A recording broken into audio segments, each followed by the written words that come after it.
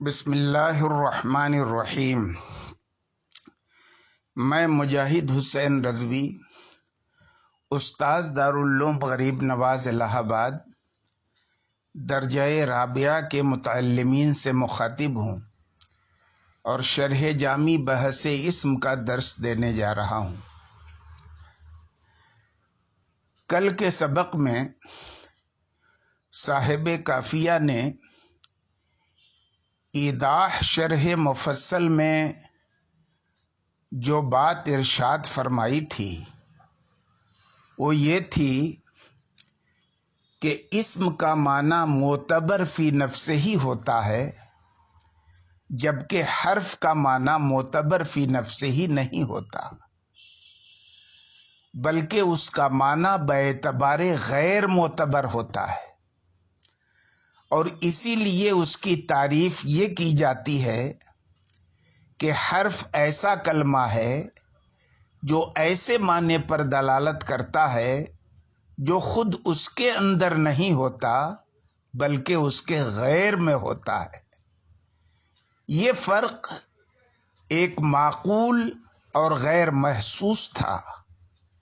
یہی فرق بتانے کے لیے شارح نے محصول اور حاصل کے عنوان سے ایک تفصیلی گفتگو کی ہے، جس میں انہوں نے معقول معنی اسمی اور معقول معنی حرفی کو محسوس چیزوں سے تشبیہ دے کر آسانی سے معنی اسمی اور حرفی کا فرق سمجھا دیا ہے۔ کہتے ہیں کہ وہ محصولہ، اور اس کا محصول یعنی ایضاح میں صاحب کافیہ نے جو کچھ کہا ہے اس کا محصول ما ذکرہ بعض المحققین وہ ہے جس کا تذکرہ بعض محققین نے کیا ہے۔ شارحین کہتے ہیں کہ بعض محققین سے مراد میر سید شریف جرجانی علیہ الرحمہ ہے، اور شارح یہ نہیں کہتے کہ انہوں نے کہا ہے، کہتے ہیں کہ بعض محققین نے ذکر کیا ہے۔ بظاہر ایسا لگتا ہے کہ جو بات میر سید شریف جرجانی نے کہی ہے وہ ان کی اپنی نہیں ہے، بلکہ کسی اور محقق کی بات میر سید شریف جرجانی علیہ الرحمہ نے نقل فرمائی ہے۔ وہ بات کیا ہے؟ وہ بات یہ ہے حیث قال کہ انہوں نے کہا ہے کما ان فی الخارج موجودا قائما بذاتی، کہ جس طرح سے خارج میں ایک ایسا موجود ہوتا ہے جو قائم بذات ہی ہوتا ہے، یعنی وہ اپنے وجود میں کسی موضوع کا، کسی محل کا محتاج نہیں ہوتا۔ اور دوسرا موجود کیسا ہوتا ہے؟ کہتے وہ موجوداً قائما بغیرہ، اور خارج میں ایک ایسا موجود ہوتا ہے جو قائم بالغیر ہوتا ہے، مطلب اپنے وجود میں کسی موضوع اور محل کا محتاج ہوتا ہے۔ کذالک، یعنی جس طرح سے خارج میں موجودات کی دو قسمیں ہیں، ایک قائم بالذات اور ایک قائم بالغیر، ایسے ہی ذہن میں بھی جو معقول ہوتا ہے اس معقول کی بھی دو قسمیں ہوتی ہیں۔ ایک معقول وہ ہوتا ہے جو قصدن مدرک ہوتا ہے اور فی ذات ہی ملحوظ ہوتا ہے، اور وہ صلاحیت رکھتا ہے کہ وہ محکوم علیہ بنے اور محکوم بہی بنے۔ اور ایک ایسا معقول ہوتا ہے جو طبعاً مدرک ہوتا ہے اور غیر کے ملاحظے کا آلہ بنتا ہے، تو وہ فلا یصلح لشیء منہما، تو ان دونوں میں سے کسی چیز کی صلاحیت نہیں رکھتا، یعنی نہ محکوم علیہ بننے کی صلاحیت رکھتا ہے، نہ محکوم بہ بننے کی صلاحیت رکھتا ہے۔ تو جو مدرک قصدن فی ذات ہی ملحوظ ہوتا ہے وہ مشابہ ہے خارج میں موجود ایسی چیز کے جو قائم بالذات ہو، یعنی جوہر کے مشابہ ہے۔ اور جو معقول طبعاً مدرک ہوتا ہے، غیر کے ملاحظے کا آلہ بنتا ہے، یہ مشابہ ہے خارج میں موجود اس چیز کے جو اپنے وجود میں کسی موضوع کا یا محل کا محتاج ہوتا ہے، یعنی وہ عرض کے مشابہ ہوتا ہے۔ بات ختم ہو گئی۔ اب ایک مثال سے اس کو سمجھا رہے ہیں کہ مثلا ایک لفظ ہے ابتدا۔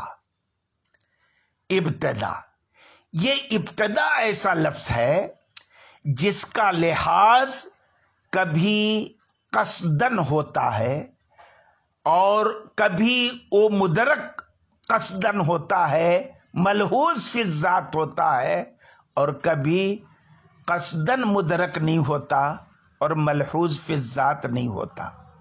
تو ابتدا جس صورت میں قصدن مدرک ہوتا ہے اور فی الذات ملحوظ ہوتا ہے تو یہ ابتدائے کلی ہے، جو باب افتعال کا مصدر الابتدا کا معنی ہے، اور یہ مستقل بالمفہومیت ہے، اپنا معنی سمجھانے میں کسی غیر کا محتاج نہیں ہے۔ اسی بات کو بتا رہے ہیں کہ ابتدا کا مثلا جب عقل لحاظ کرے قصدن اور بالذات تو یہ ابتدا معنی مستقل بالمفہومیت ہوگا اور ملحوظ فی الذات ہوگا۔ اب ایک سوال پیدا ہوتا ہے کہ ابتدا تو ایک نسبت کا نام ہے بیچ کی، جس کام کی ابتدا ہو اور جہاں سے ابتدا ہو، یہ دونوں چیزوں کے درمیان ایک نسبت کا نام ہے، تو یہ مستقل بالمفہومیت کیسے ہو سکتا ہے؟ کہتے نہیں ہو سکتا ہے۔ ابتدا کا معنی کسی چیز سے ابتدا، یہ مستقل بالمفہومیت ہے۔ ہاں، ابتدا کے لیے کسی چیز سے ابتدا ہونا ضروری ہے، جس چیز سے ابتدا ہے اس کا تعقل اجمالاً ضروری ہے۔ ابتدا کا معنی سمجھنے کے لیے اس کا ذکر کرنا ضروری نہیں ہے، اسی لیے کہتے ہیں کہ وَلَزِمَهُ تَعَقُّلُ مُتَعَلَّقِهِ اجمالاً وَطَبْعًا، جس چیز سے ابتدا ہے اس متعلق کا تعقل یہ اجمالاً اور طبعاً لازم ہے، عبارت میں ذکر کرنے کی ضرورت نہیں ہے۔ کہتے ہیں من غیر حاجت الی ذکر، اس کا ذکر کرنے کی ضرورت نہیں ہے۔ اور ابتدا اسی معنی کے اعتبار سے لفظ ابتدا کا مدلول ہے۔ ابتدا جو باب افتعال کا مصدر ہے، اسم ہے، اور جب اسم ہے تو ظاہر ہے معنی مستقل بالمفہومیت پر دلالت کرے گا۔ تو اب اس معنی مستقل بالمفہومیت یعنی ابتدائے کلی پر دلالت کرنے کے لیے اس کی طرف کسی دوسرے کلمے کو ملانے کی ضرورت نہیں ہے۔ کہتے فلا حاجت فی الدلالت علیہ الی ضم کلمۃ اخری، اس پر دلالت کرنے میں کسی دوسرے کلمے کے ملانے کی ضرورت نہیں ہے نا، لتدل علی متعلقہ، تاکہ وہ کلمہ اس کے متعلق پر دلالت کرے۔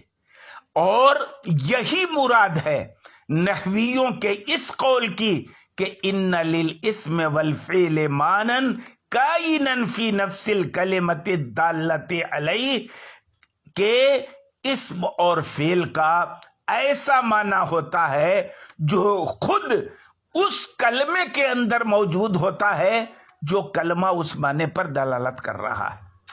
یہ رہی ابتدا کی ایک حیثیت۔ اور اگر ابتدا کا لحاظ آپ اس حیثیت سے کریں کہ ابتدا ایک حالت ہے سیر اور بصرہ کے درمیان، مثلا اور کوئی مثال دے سکتے ہیں سمجھنے کے لیے سیر اور بصرہ کی مثال، اور یہ ابتدا کے مفہوم کو سمجھنے کے لیے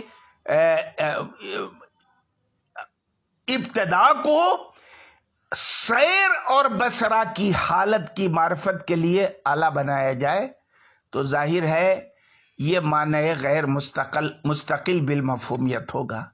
کیوں؟ یہ مقصود نہیں ہے، ملتفت الیہ بالذات نہیں ہے، مدرک قصدن نہیں ہے، اسے تو اعلیٰ بنایا جا رہا ہے۔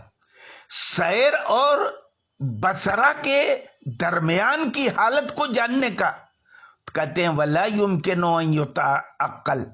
تو اب یہ جو اعلیٰ بن رہا ہے ابتدا، اس کو سمجھنے کے لیے اس کے متعلق کا ذکر ضروری ہے، اور یہ ابتدا بنا متعلق کے ذکر کے سمجھ میں نہیں آئے گی، خاص متعلق کے ذکر کے بغیر سمجھ میں نہیں آئے گی۔ کہتے ہیں الا بذکر متعلق ہی بخصوصی، ولا ان يدل علیہ الا بضم کلمۃ اخرى دالۃ علی متعلقہ، اور خود یہ ابتدا اس پر دلالت نہیں کرے گا، کس پر؟ یعنی اس مخصوص متعلق پر، مگر یہ کہ کوئی ایسا کلمہ ملا دیا جائے جو اس کے متعلق پر دلالت کرے۔ مثلا ہم نے کہا سرت من البصرۃ الی الکوفہ، یا سرت من البصرہ، میں نے بصرہ سے سیر کی، ابتدا کی، الی الکوفہ، کوفہ تک کی۔ خیر، تو اب وہ ابتدا کا دو لحاظ ہو گیا، کبھی وہ قصدن مدرک ہوتا ہے اور کبھی وہ قصدن مدرک نہیں ہوتا۔ اس کو آپ سمجھنے کے لیے کہ ایک ہی چیز کبھی ملحوظ فی الذات ہوتی ہے، قصدن مدرک ہوتی ہے، اور کبھی وہی چیز ملحوظ فی الذات نہیں ہوتی ہے اور قصدن مدرک نہیں ہوتی ہے۔ ایک محسوس مثال سے آپ سمجھیں، مثلا آپ دکان پہ گئے آئینہ خریدنے کے لیے، آئینے کی دکان سے آپ نے آئینہ اٹھایا اور اپنا چہرہ دیکھنے لگے، تو اب یہاں پر آپ کا چہرہ جو ہے یہ مقصود نہیں ہے، چہرہ دیکھنا مقصود نہیں ہے، آئینہ دیکھنا مقصود ہے۔ یہ چہرہ تو ضمناً آپ دیکھ رہے ہیں، دراصل آپ کو یہ دیکھنا ہے کہ آئینہ ٹھیک ٹھاک ہے کہ نہیں، اس میں صورت اچھی نظر آتی ہے کہ نہیں۔ تو اب یہاں پر آپ کا چہرہ یہ طبعاً مدرک ہوا اور آئینہ قصدن مدرک ہوا، اور وہی آئینہ جب آپ گھر خرید کے لے آئے اور اس مقصد سے خریدا ہے کہ اس میں ہم اپنا منہ دیکھیں گے، اور گھر لا کر کے اپنا منہ دیکھ رہے ہیں، تو اب دیکھیے وہی آئینہ یہ قصدن مدرک نہیں ہے بلکہ طبعاً مدرک ہے۔ اصل آپ کو آئینہ دیکھنا نہیں ہے، اپنا چہرہ دیکھنا ہے، تو چہرہ مقصود بالذات ہو گیا اور آئینہ غیر مقصود بالذات ہو گیا۔ ابتدا کا بھی دو لحاظ ہے، اگر آپ عام ابتدا مراد لیں کسی بھی چیز سے ابتدا، تو یہ ابتدائے کلی ہے، یہ قصدن مدرک ہوگا، ملحوظ فی الذات ہوگا، محکوم علیہ بننے کی بھی صلاحیت رکھے گا، محکوم بہی بننے کی بھی صلاحیت رکھے گا۔ اور اسی ابتدا کو اگر اور سیر اور بصرہ کے بیچ کی حالت جاننے کا آپ اعلیٰ قرار دیں تو اعلیٰ کبھی مقصود نہیں ہوتا، ذل اعلیٰ مقصود ہوتا ہے۔ تو یہی ابتدا مدرک قصدن نہیں ہوگا، طبعاً اور ضمناً ہوگا، اور محکوم علیہ اور محکوم بہی بننے کی صلاحیت نہیں رکھے گا۔ تو وہ ابتدا جو کلی ہوتی ہے یہ اسم کا معنی ہے، اور وہ ابتدا جو جزئی ہوتی ہے من کا معنی ہے۔ اسی کو تفصیل سے آپ کل انشاءاللہ الحاصل سے جو بات آ رہی ہے اس میں سمجھیں گے۔ آج کے سبق میں اتنا ہی، باقی انشاءاللہ کل۔